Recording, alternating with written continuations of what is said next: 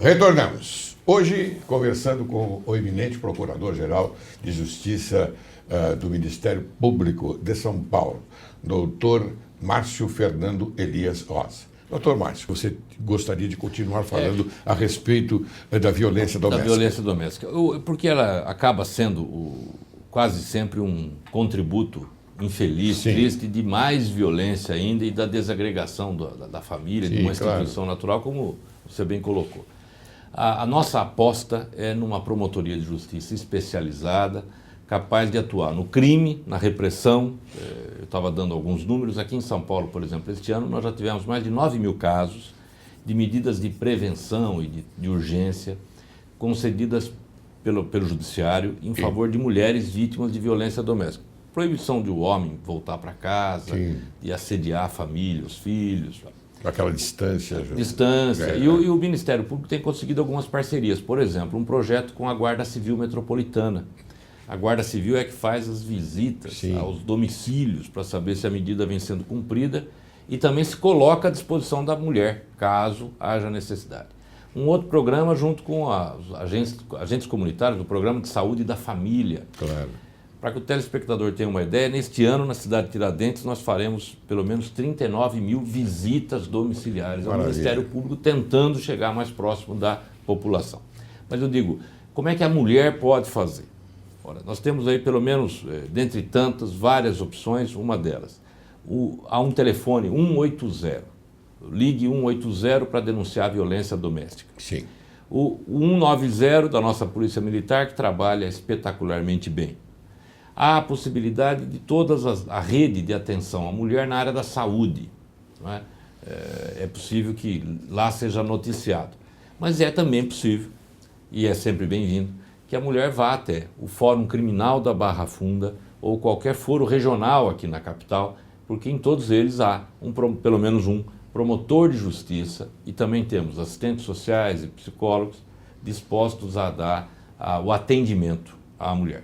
É fundamental que, diante de uma ameaça, de um risco, de uma dúvida quanto ao comportamento do companheiro, da companheira, do marido, enfim, que resvale na questão da violência, da agressão, a mulher busque ajuda, porque, volto a dizer, esse é um fator que desagrega a família e nós sabemos, Anderson, e vou falar rapidamente para o telespectador, que há algumas instituições que são naturais na vida do ser humano, a família é a primeira delas. Todo mundo nasce... Célula máter, né? Célula máter, mas todo mundo nasce como filho. Claro. Não é? Todo mundo nasce como filho. E é a partir desse núcleo familiar, onde os laços afetivos são criados, as pessoas se gostam, as Sim. pessoas se respeitam, é que você se prepara para a vida adulta em meio à sociedade. Claro. Há uma desagregação, eu não estou falando da família biológica, naturalmente, não se trata disso. Pode ser a família constituída em razão de adoção, Claro, não é? claro. Não é tudo legítimo, desde que impere o sentimento nobre, que é o amor, não é? Claro. Entre as pessoas. Se há espaço para violência, para disputa, isso não é uma boa... E hoje nós solução. estamos passando momentos desagradáveis porque é muito fácil você ter uma infiltração dentro do seu lar através da televisão que possa, numa certa forma, desagregar a família. Eu digo infiltração porque hoje nós vemos na televisão só violência. Raramente você vê qualquer coisa que não tenha violência. Eu costumo assistir os filmes não violentos de madrugada. Essa é a melhor hora. Bem, eu posso colocar um site ou o seu portal no rodapé da imagem? Claro, por favor. Lá tem o endereço e os telefones de todas as promotorias de São Paulo. Que bom, muito bom. Bem, me diga agora, qual é o papel do Ministério Público de São Paulo no combate à corrupção? Esse é um problema grave, não é?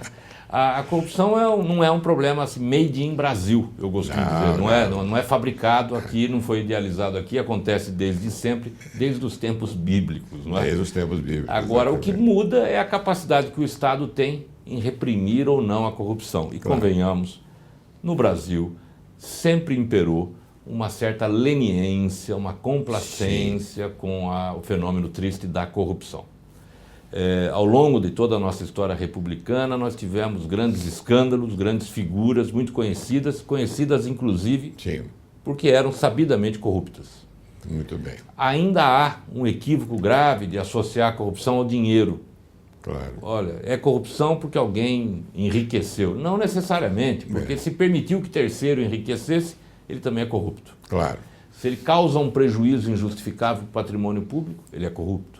Se ele viola a moralidade administrativa, ele é corrupto. Não é só o dinheiro também, Não, há outras coisas dinheiro, importantes como essa que você coloca. A moral não se mede pelo dinheiro. Não. Porque senão nós vamos daqui a pouco... dignidade. A dignidade não se mede pelo dinheiro. Senão nós vamos ter daqui a pouco um princípio aí, que é do corrupto pagador, não é? Aquele que pagou porque corrompeu, como se a moralidade restaurasse. Tem cabimento. O Brasil deu passos importantes nesse sentido. Eu vou lembrar rapidamente a lei da ficha limpa, a lei de transparência, a lei de improbidade, que é de 1992, agora o combate ao nepotismo. Não é? Nós estamos caminhando. O Ministério Público, porque ele tem essa vocação de defender os interesses da sociedade, combate firmemente a corrupção no país desde sempre. Encontra, muitas vezes, no polo oposto, figuras poderosíssimas, ou poder político ou poder econômico. Pessoas que, à primeira vista, a gente pode entender como blindadas, né? Naturalmente blindadas. O senhor sabe que ou o dinheiro, ou o poder político, ou o poder social, acaba por blindar a pessoa, porque ela acaba ficando mais distante da realidade, não é? Presta contas com menor intensidade e conta com isso, com um aparato, inclusive para defender os seus interesses, maior e melhor, muitas vezes, do que outras pessoas. Mas o fato de parecer distante não significa que seja impossível. O Ministério Público é responsável por mais de 90% das ações de combate à improbidade no Brasil. Sim. E aqui em São Paulo, o nosso índice de procedência é superior a 90%. Nossa. Eu gosto sempre de dizer isso porque há uma crítica que se faz muitas vezes ao Ministério Público, dizendo que ele quer interferir na administração. É muito comum, eu acho graça quando ouço, né? Olha, o prefeito vai entregar a chave da prefeitura para o promotor, não é? E algumas pessoas repetem isso e tal. É óbvio que o Ministério Público não quer isso, não é isso que a sociedade espera. E convenhamos, muitos dão razão e motivo para a nossa atuação. Não é? Não há nenhum prefeito que tenha sido afastado se não fosse por uma decisão judicial. Não há ninguém que tenha sido condenado senão por uma sentença judicial. Sim. Endereçar a crítica ao Ministério Público porque está cumprindo o seu papel, me perdoe, não é? É um equívoco grave e revela uma deformação ética séria. É verdade. Porque ele não está cumprindo o seu papel, o autor da crítica. Não é? Claro. Muitas vezes. Agora, o que a sociedade espera, deseja, anseia e tem direito é de que haja um efetivo e rigoroso combate à corrupção. Perfeito. O Brasil sofre com a falta de investimento em infraestrutura. Não é fato? A corrupção acaba sendo um fator que inibe o desenvolvimento econômico e social. Eu gosto de dar como exemplo, a corrupção acaba causando até degradação ambiental. Sim. Por quê? Porque não tendo investimento, claro, o homem vai encontrar muitas vezes subsistência na exploração dos recursos naturais. Sim. Não é fato? Claro, fato. Então, a corrupção é mesmo um mal que contamina todos os ambientes. Bem, eu quero fazer uma pergunta agora a você. No dia 17 de julho, o Instituto Lula, criado pelo ex-presidente, classificou como absolutamente irregular, intempestivo e injustificado a abertura do procedimento pela Portaria 66 da Procuradoria da República, que instaura procedimento investigatório de Lula.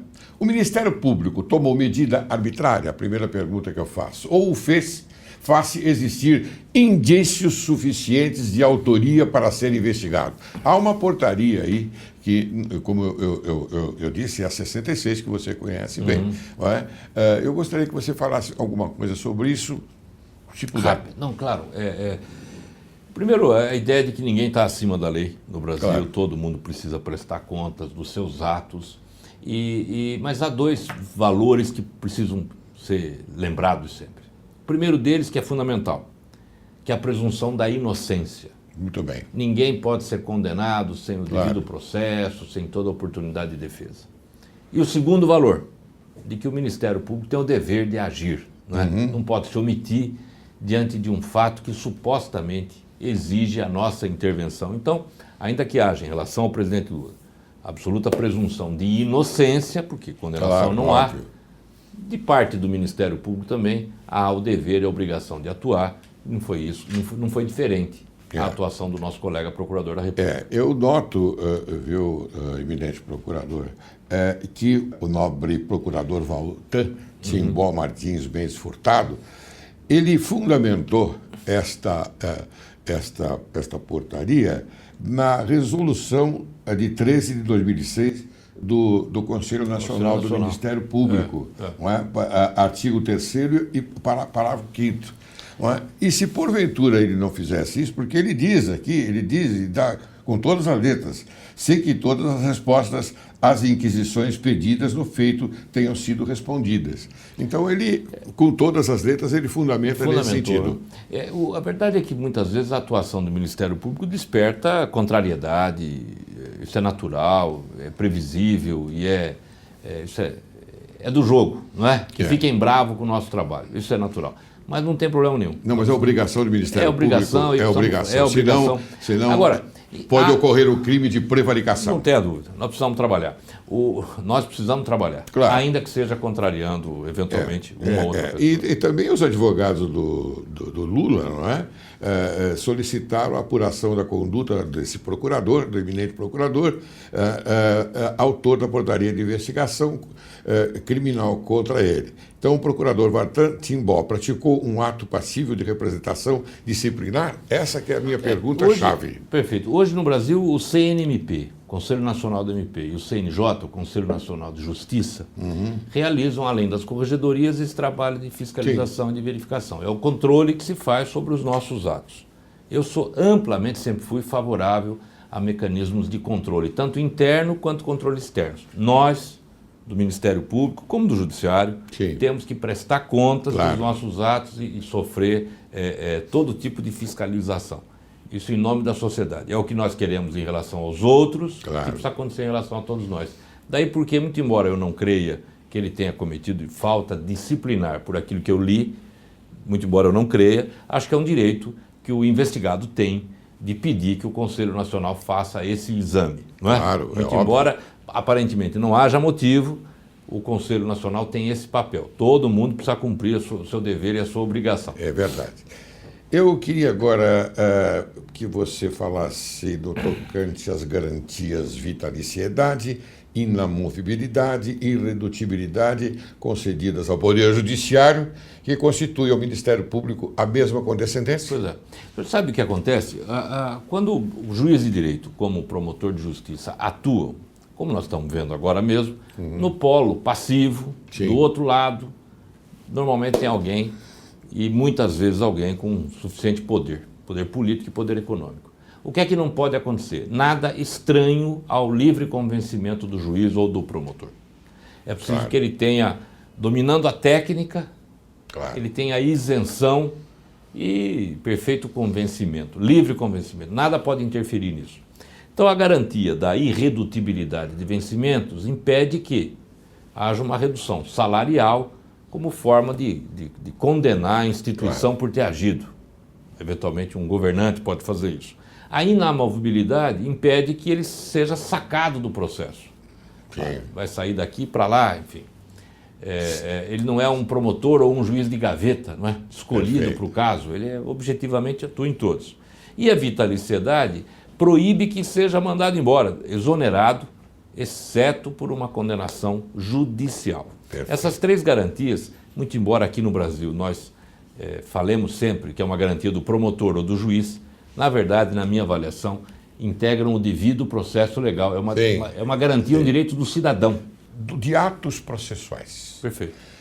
Quando a postura de uma conduta que se infere indícios suficientes de autoria e materialidade, componentes essenciais para uma investigação criminal e, desta investigação, restar extreme de dúvida a evidência de circunstâncias terem o agente praticado a infração penal, Deve o Ministério Público, atendendo à regra constitucional do artigo 129, promover a ação penal pública na forma da lei?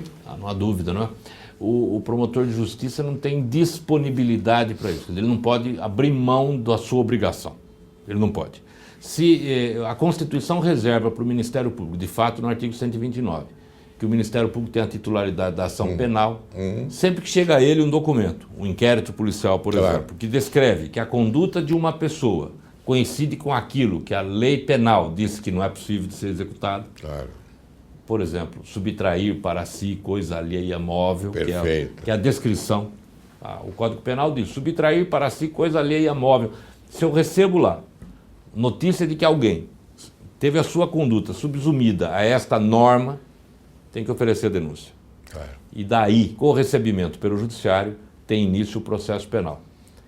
Se o promotor de justiça, no entanto, se convence de que não foi aquele o autor, ou de que não há prova suficiente de que essa conduta ocorreu, ele próprio arquiva, porque ele é o titular da ação penal. Existe um artigo 17 do Código de Processo Penal que permite somente ao Ministério Público arquivar um inquérito policial e não por esponte própria do Judiciário. Perfeito. O arquivamento tem que ser elaborado pelo Ministério Público, segundo o artigo 17. E se o juiz discorda, ele manda para o Procurador-Geral. 28, o famoso 28. O famoso 28, e o Procurador-Geral é que dá a última palavra. Muito bem, agora eu gostaria de complementar. Essa prova é capaz de neutralizar ou mesmo obstaculizar o dever de cumprir a norma processual contida na primeira figura do artigo 24 do Código de Processo Penal, ou seja, oferecer a pretensão punitiva estatal,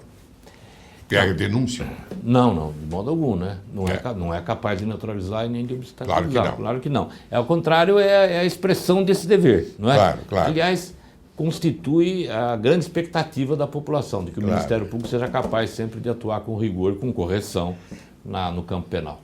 Eu fiz essas perguntas a você, Márcio, com toda a liberdade, porque eu acho que essa prática processual nós temos que informar ao telespectador, porque ele sempre fica em dúvida. Então não há dúvida sobre a obrigatoriedade do Ministério Público em denunciar quando há indícios suficientes de autoria e materialidade. Prova da materialidade. Acabou. É isto. Bem, muito bem. Eu ia fazer uma pergunta aqui sobre o pilho delicti, ministerial, mas no tocante à motivação, aquela coisa toda, mas eu vou deixar de lado, porque eu já estou chegando no final do programa, lamentavelmente, e eu tenho que, naturalmente, liberar você. Mas eu não gostaria, porque eu gostaria que você ficasse comigo aqui conversando durante muito tempo. Porque é uma honra muito grande você vir aqui, viu? Uma pessoa como você, um homem público como você, que tem muitos afazeres, deixar um pouquinho, 40 minutos para vir aqui e conversar conosco. Mas a honra é minha e digo que constitui também, além de uma enorme satisfação, prazer, uma obrigação. É preciso que o Ministério Público se coloque à disposição da sociedade por todas as formas possíveis, que as pessoas reconheçam no promotor de justiça um interlocutor, como é o advogado, como é o defensor público, o próprio magistrado, mas no Ministério Público um interlocutor. E se encorajem, confiem o suficiente para buscar no Ministério Público uma orientação, eventualmente o ajuizamento de alguma ação. Em toda a comarca do Estado, em toda a cidade do Estado de São Paulo, há pelo menos um promotor de justiça, não é? Muito bem. E nas grandes cidades nós temos também sedes próprias, enfim, espaço para receber a população.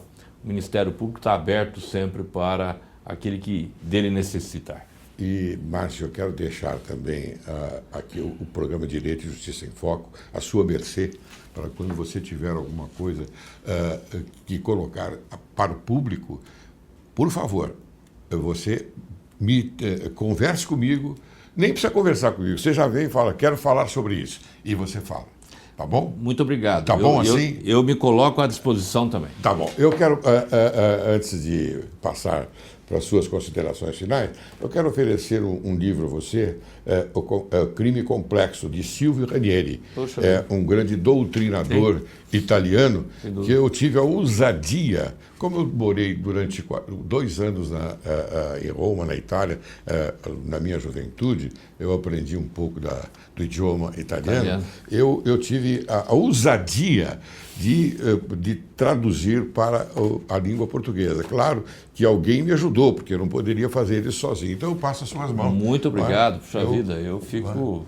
Vai muito bem. Muito obrigado. Silvio Ranieri é um grande doutrinador. Um grande doutrinador. E muito obrigado. Eu fico muito grato. Vai me auxiliar Muito obrigado. Vai me auxiliar no exercício da minha função, da minha responsabilidade lá do Ministério Público, mesmo porque o trabalho e o tema, né, do crime complexo ainda é atual. O crime complexo, exatamente. Então eu queria que você apresentasse as suas considerações finais. Nas considerações finais, o meu agradecimento, não é? O compromisso renovado de me colocar sempre à disposição do telespectador, dos veículos de comunicação, dizer que o nosso Ministério Público do Estado de São Paulo está à disposição da sociedade paulista e brasileira, e eu, pessoalmente, muito orgulhoso de ter estado aqui na sua companhia. O orgulho é nosso. Eu vou colocar no rodapé da imagem o portal com a indicação para que o povo possa se comunicar com o Ministério Público. Muito obrigado. Antes de encerrar o programa de hoje, Direito e Justiça em Foco, homenageia o patrono do Ministério Público, Campos Salles. Campos Salles, citando a sua frase histórica: compreendi que não seria através da vivacidade incandescente das lutas políticas, aliás, sem objetivo, que eu chegaria a salvar os créditos da nação. Desta forma, caríssimo Procurador-Geral de Justiça do Estado de São Paulo, Dr. Márcio Fernando Elias Rosa, eu quero demonstrar minha gratidão pela sua presença e aproveito essa oportunidade para oferecer um tributo especial face à excelsitude e o brilhantismo de seu desempenho à frente do douto órgão do Ministério Público Paulista. Muito obrigado. Muito obrigado.